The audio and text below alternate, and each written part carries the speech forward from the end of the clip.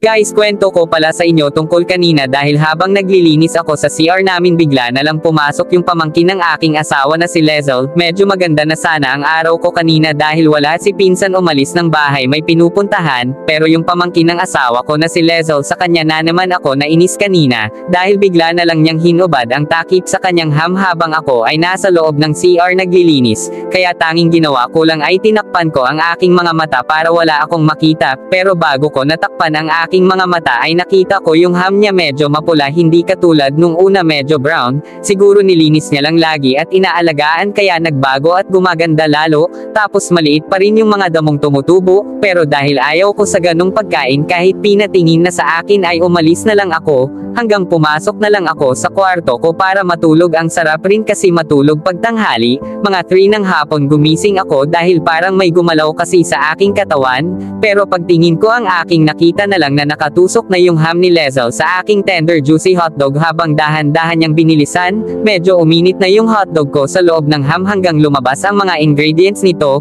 mabuti na lang wala ang asawa ko sa mga oras na yun dahil nasa paaralan naghahanda sila para sa bagong pasukan ngayong August 29, tapos yung mga kapatid ni Mrs. Haley na dalaga nag-shopping na naman sila kasama ang lola kaya kami na lang dalawa na iwan ni Lezel sa bahay, hanggang umiwas na sana ako kaso paggising ko aking nakita na lang na nakatusok na yung tender juicy hotdog ko sa ham habang umiinit na ito, maganda yung paggawa ng ham medyo matambok siya hindi ko lang alam kung anong brand niya, kaya nakapagpalabas ako kanina ng 3 beses sa mga ingredients galing sa loob ng tender juicy ko, samantalang sobrang saya ni Lezel dahil may panghalo na siya sa kanyang ham sa mga oras na yon, pero tanong ko sa inyo boys anong kulay ng ham ang kinakain nyo lagi? Akin kasi favorite color ko ay white tapos pink at yung medyo red, samantalang pinipili ko rin yung magandang brand.